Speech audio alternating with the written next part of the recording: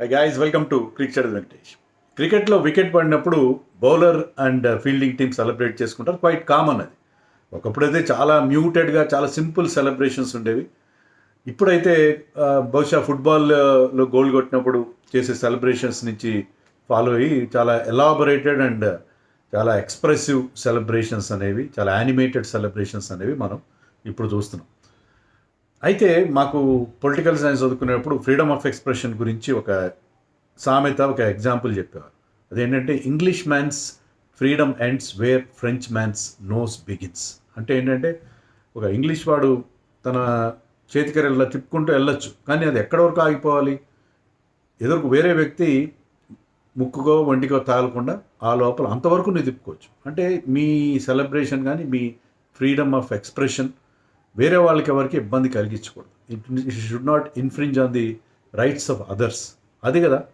So batsmen out అయినప్పుడు bowler celebrate చేసుకోవడం okay, కానీ ఆ సెలబ్రేషన్ ఎలా ఉండాలంటే ఆ బ్యాట్స్మెన్కి ఎలాంటి ఇబ్బంది కలిగించకూడదు.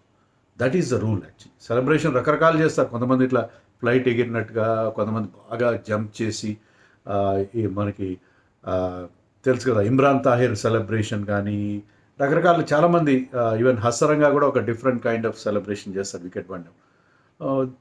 మన కెసరిక్ విలియమ్స్ చూసాం, ఈ నోట్ బుక్ సెలబ్రేషన్, ఇలాంటివి రకరకాల సెలబ్రేషన్స్ ఉంటాయి.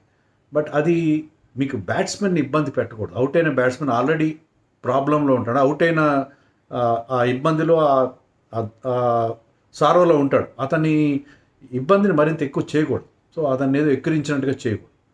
అది గుర్తుపెట్టుకోవాలి బౌలర్స్. అలా చేస్తే మాత్రం అంపైర్స్ కానీ మ్యాచ్ రిఫరీస్ కానీ ఊరుకోరు. డెఫినెట్గా అది లెవెల్ 1 అఫెన్స్ అవుతుంది. లెవెల్ 1 అఫెన్స్గా దాన్ని ట్రీట్ చేస్తారు. అండ్ రీసెంట్గా దిస్ మ్యాన్ దిగ్వేష్ రాఠీ ఇలాంటి లెవెల్ 1 అఫెన్స్ చేసి ఒకసారి కాదు, 2 సార్లు కాదు, 3 సార్లు హ్యాట్రిక్ ఆఫ్ అఫెన్సెస్ చేసి ఒక మ్యాచ్ సస్పెన్షన్ మొదలు. అతని గురించి మన వీడియోలో మాట్లాడు. Digvesh Rathi is a very good bowler, very good bowler. నాకు చాలా నచ్చాడు. ఈసారి ఐపీఎల్లో ఐ థింక్ బౌలర్స్లో హీజ్ ద ఫైన్. చాలా బాగా అతని ప్రస్థానం మనకు కనిపించింది. ఫస్ట్ మ్యాచ్ నుంచి కూడా చాలా ఇంప్రెసివ్గా బౌలింగ్ చేస్తున్నాడు. సునీల్ నారాయణ లాగా బాల్ వెనకాల దాచిపెట్టి సునీల్ నారాయణ నా ఐడల్ అని చెప్తాడు. సో అలాంటి కొన్ని వేరియేషన్స్ కూడా అతను ఉన్నాయి. Is basically leg spinner, but he has got good number of variations. So ఆ వేరియేషన్స్తో బ్యాట్స్మెన్ ఇబ్బంది పెడుతున్నాడు. He was economical. 12 మ్యాచ్ల్లో 14 వికెట్లు తీశాడు. బాగానే ఉంది. నాకేమనిపించిందంటే Varun Chakravarthy from one end and Digvesh Rathi from other end ఇండియాకి బౌలింగ్ చేస్తే బాగుంటుంది కదా. బ్యాట్స్మెన్ అట్లీస్ట్ ఆ సర్ప్రైజ్ ఎఫెక్ట్ కనీసం ఒక 3-4 నెలలు, ఒక 6 నెలలు, లేకపోతే ఒక వరల్డ్ కప్లో ఈ సర్ప్రైజ్ ఎలిమెంట్తో మనం దాన్ని నెట్టుకు రావచ్చు కదా అని నాకు ఫీలింగ్ కలిగింది. కానీ ఇప్పుడు అతని ఓవర్ యాక్షన్ చూస్తుంటే మాత్రం అతను తన కెరియర్ని తనే పాడు చేసుకుంటున్నాడేమో అని అనిపించింది. ఎందుకంటే ఈ 14 వికెట్స్తో పాటు అతనికి 5 డీమెరిట్ పాయింట్స్ కూడా వచ్చినాయి. డీమెరిట్ పాయింట్స్ అంటే ఏంటంటే అతని నోట్బుక్ సెలబ్రేషన్ ఉంది కదా, నోట్బుక్ సెలబ్రేషన్ సపరేట్గా చేసుకుంటే పర్లేదు. బ్యాట్స్మెన్ మొహం మీద వెళ్ళి ఆ సెలబ్రేషన్ చేయడం, అది పంజాబ్ కింగ్స్తో జరిగిన మ్యాచ్లో చేశాడు, అప్పుడు ఒక డీమెరిట్ పాయింట్ వచ్చింది. తర్వాత ముంబై ఇండియన్స్తో జరిగిన మ్యాచ్లో చేశాడు, అప్పుడు 2 డీమెరిట్ పాయింట్స్ వచ్చాయి. అండ్ రీసెంట్లీ సన్ రైజర్స్ మ్యాచ్లో 2 days బ్యాక్ కూడా అలాంటి సెలబ్రేషన్ చేశాడు. అదే కాకుండా అతను విక్రించాడు. ఇలా చెయ్యి ఊపి అవుట్ అయిన బ్యాట్స్మెన్ అభిషేక్ శర్మని అతని మీద ఒక రకమైన ఏమంటారు అగ్రెసివ్ జెస్చర్స్ చేయడం అనేది మనం చూసాం. ఆ gestures that did not go well with the match referee and the on field umpires. అందుకే అతనికి ఇంకొక 2 డీమెరిట్ పాయింట్స్ వచ్చాయి. మొత్తం 5 డీమెరిట్ పాయింట్స్ వస్తే ఒక మ్యాచ్ సస్పెన్షన్ ఉంటుంది. ఈ డీమెరిట్ పాయింట్స్ అనేవి 36 months ఉంటాయి. అంటే అతను నెక్స్ట్ సీజన్ కూడా జాగ్రత్తగా బిహేవ్ చేయాలి. లేకపోతే 2 మ్యాచ్ సస్పెండ్ కావచ్చు, 3 మ్యాచ్ సస్పెండ్ కావచ్చు. ఈ సస్పెన్షన్లు పెరుగుతుంటాయి, ఇవి అక్యుములేట్ అవుతూ ఉంటాయి. కేర్ఫుల్గా ఉండాలి ఈ కొత్త cricketer. Just 25 years phase Digvesh Rathee చాలా ఇంప్రెసివ్గా పర్ఫామ్ చేశాడు. మంచి వికెట్లు తీశాడు. డెత్లో బౌలింగ్ వేయగలడు, అన్ని ఫేజెస్లో బౌలింగ్ వేయగలరు చెప్పి అతను ప్రూవ్ చేసుకున్నాడు. And he's got good temperament also. So అది ఎందుకు పాటు చేసుకుంటున్నాడు అతని కెరియర్ నాకు అర్థం కావట్లేదు. ఇక్కడ నాకు అస్సలు అర్థం కాని విషయం ఏంటంటే, సరే ఇతని అగ్రెషన్ ఏదో చాలా నేను అగ్రెసివ్ ప్లేయర్ అని అనుకోవడం వేరే విషయం. ఎల్ఎస్జీ మేనేజ్మెంట్ కానీ కోచెస్ కానీ ఏం చేస్తున్నారు, ఇది నాకు అర్థం కాని విషయం. వాళ్ళు అతన్ని కంట్రోల్ చేయాలి కదా. కంట్రోల్ చేయాల్సిన అవసరం ఉంది కదా డెఫినెట్గా. ఎందుకంటే ఇలా ప్లేయర్ రెచ్చిపోయి చేస్తుంటే అదే మళ్ళీ రిపీట్ చేస్తుంటే వాళ్ళు అతన్ని మందలించాలి కదా, మందలించినట్టుగా లేదు. ఎందుకంటే థర్డ్ టైం రిపీట్ చేశాడంటే అతనికి టీమ్ మేనేజ్మెంట్ నుంచి ఎలాంటి అతన్ని ఎప్పుడు వాళ్ళు గట్టిగా అతన్ని వారించినట్టుగా లేదు. వారించాలి కదా, they have to admonish him. అలా చేసినట్లేదు. మీరు చూడండి, మొన్న ఎల్ఎస్జీ మ్యాచ్ ఓడిపోవడంతో వాళ్ళు they are out of the reckoning అయ్యారు. ఆ పర్టికులర్ ఎస్ఆర్ఎస్ జరిగిన మ్యాచ్లో ఓడిపోవడంతో అవుట్ ఆఫ్ ద రికనింగ్ అయ్యారు. అది వేరే విషయం. అలా కాకుండా వాళ్ళు కనుక ఆ మ్యాచ్ గెలిచుంటే వాళ్ళు ఖచ్చితంగా ప్లే ఆఫ్స్ కంటెన్షన్లో ఉండేవారు రిమైనింగ్ 2 మ్యాచెస్లో. అలాంటప్పుడు Digvesh Rathi their main bowler ఈరోజు జరగబోతున్న మ్యాచ్ దానికి సస్పెండ్ అయితే అగేన్స్ట్ గుజరాత్ టైటన్స్, వాళ్ళకి ఎంత నష్టం అది. మరి అది మేనేజ్మెంట్ ఆలోచించలేదా? జహీర్ ఖాన్ కానీ లేకపోతే Justin Langer whoever is there, అందులో వాళ్ళ ఓనర్ కూడా ఆయన సంజీవ్ గోయింకా చాలా ప్రతి విషయంలో ఇంటర్ఫియర్ అవుతాడు కదా. అలాంటి వీళ్ళు ఎందుకు అతన్ని కంట్రోల్ చేయలేదు అనేది నా బిగ్ క్వశ్చన్. ఎందుకు కంట్రోల్ చేయలేదు? ఎందుకు అదే కైండ్ ఆఫ్ సెలబ్రేషన్స్ మళ్ళీ ఎందుకు చేస్తున్నాడు అతను? పర్టికులర్లీ అభిషేక్ శర్మ అవుట్ అయినప్పుడు he was doing like this. Batsmen చాలా ఇబ్బందికరమైన బాటలు, అవుట్ అయిన బ్యాట్స్మెన్ ఎలాగో చాలా బాధలో ఉంటాడు. ఆ బాధని ఇంకా ఎక్కువ చేయడం అది ఏమాత్రం సహించలేని పరిస్థితి. సో అందుకంటే అతను రవి బిష్ణోయ్ బౌలింగ్లో 6 కొట్టాడు అభిషేక్ శర్మ, దిగ్వేష్ రెడ్డి బౌలింగ్లో కొట్టలేదే.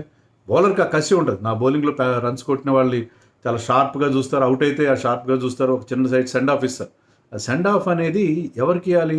మీకు పర్సనల్గా నీకు, కానీ మీ టీం ఎఫెక్ట్ అయింది తప్ప అభిషేక్ శర్మ బ్యాటింగ్ వల్ల he did not go after your bowling. So నీకు డైరెక్ట్లీ యూఆర్ నాట్ ఎఫెక్టెడ్. అలాంటప్పుడు కొత్తగా వచ్చిన కూడా playing is first season in IPL 25 years. Delhi premier league మొన్ననే స్టార్ట్ అయింది, ఈ సంవత్సరం స్టార్ట్ అయినట్టుగా ఉంది. దాంట్లో అతను బాగా పర్ఫామ్ చేసి ఆయుష్ బర్ధోని ఆడే టీంకి పర్ఫామ్ చేసి అక్కడ కూడా మంచి వికెట్లు తీశాడు. దాంతో ఏంటంటే ఆయుష్ బర్ధోని ఏరుకోరు అతని టీంలోకి అతను, బికాజ్ ఈ ప్లేస్ ఫర్ ఎల్ఎస్జీ అతన్ని రికమెండ్ చేశాడు. And he has proved to be a very good bowler for them, find of the season for them. అంత బాగానే ఉంది. కానీ కెరియర్ ఎందుకు అతను ఇలా పాటు చేసుకుంటాడు? ఇది నాకు అర్థం కాని విషయం.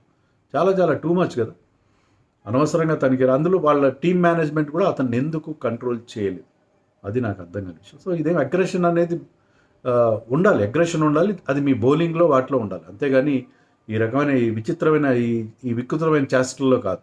So very good decision. అంటే అది రూల్స్ ప్రకారం చేశారు. అయితే ఎక్కువ డిమెరిట్ పాయింట్స్ ఇవ్వడం, పర్టికులర్లీ ఆ నోట్బుల్ సెలబ్రేషన్తో పాటు నువ్వు బ్యాట్స్మెన్కి సెండ్ ఆఫ్ ఇవ్వడం అనేది ఏమాత్రం సహించలేదు. ఇది ఒక మెసేజ్ వెళ్తుంది. ఎందుకంటే యంగ్ బౌలర్స్ మిగతా వాళ్ళు ఎవరు కూడా ఇలాంటివి నేర్చుకోకుండా, ఎందుకంటే చాలామంది యంగ్స్టర్స్ వస్తున్నారు ఐపీఎల్ నుంచి. అండ్ అది చూసి మన ఐపీఎల్ ప్రతి ఒక్కరు చూస్తారు, ఇండియాలో క్రికెట్ ఆడేవాళ్ళు ముఖ్య యంగ్స్టర్స్ పిల్లలు అందరూ చూస్తారు. సో వాళ్ళకి ఒక రైట్ మెసేజ్ వెళ్ళిందని నాకు అనిపించింది. అది తగిన శాస్తి చేశారు అనిపిస్తుంది. ఇక్కడ ఇంకోటి ఏంటంటే గమ్మత్తైన ఇంటర్ప్రిటేషన్స్ వస్తున్నాయి. 30 లక్షల అతని ఫీజు, అతన్ని 30 లక్షలుగా తీసుకున్నారు ఎల్ఎస్జీ. అతనికి bid amount it was only 30 lakhs. దాంట్లో ఇప్పుడు 9.37,000 ఎంతో అతనికి పెనల్టీ అయింది. మరి అతనికి చాలా డబ్బులు పోయినాయి దీంట్లో అని చెప్పి అంటున్నారు. కానీ అది కరెక్ట్ కాదు. మీకు ఇక్కడ నేను చెప్పాల్సింది ఏంటంటే మ్యాచ్ ఫీజులో అతనికి 50% కోత విధించారు 2 సార్లు. ఫస్ట్ టైం 25% కోత విధించారు. అంటే ఇప్పుడు 7.5 lakhs ఇస్తున్నారు. ఈ సంవత్సరం నుంచే కొత్తగా అమలు అవుతుంది ఏంటంటే every IPL player who are plays the మ్యాచ్లో, అంటే ఆ 12లో ఉండే ప్రతి ప్లేయర్కి 7.5 lakhs మ్యాచ్ ఫీజు ఉంటుందని చెప్పి జైషా స్వయంగా ఒక ట్వీట్ ద్వారా అనౌన్స్ చేశారు. ఈ సంవత్సరం నుంచే దాంట్లో అమల్లోకి వచ్చింది. అంటే 14 మ్యాచ్లు ఆడారు అనుకోండి, వాళ్ళకి 1 crore పైగా అమౌంట్ వస్తుంది.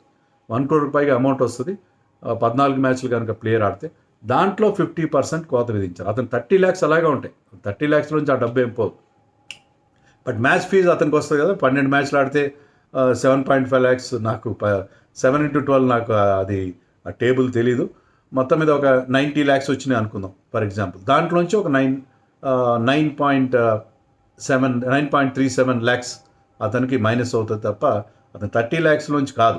అది మన మీమ్స్ రకరకాలుగా వస్తున్నాయి, అది కరెక్ట్గా మ్యాచ్ ఫీజు అనేది పెట్టారు. అది అభిషేక్ శర్మకు కూడా 25% ఆఫ్ ది మ్యాచ్ ఫీజ్. అది that works out to some 1.87 lakhs ఎంత అవుతుంది.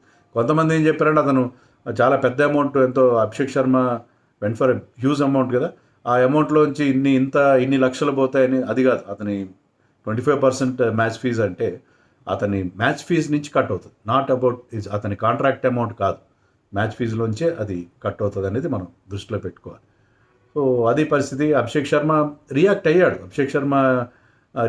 బికాజ్ అతను ఇచ్చిన సెండ్ ఆఫ్ వల్ల దాన్ని అంపైర్స్ ఆపాల్సి వచ్చింది, అంతా మనం చూసాం కదా అంతా.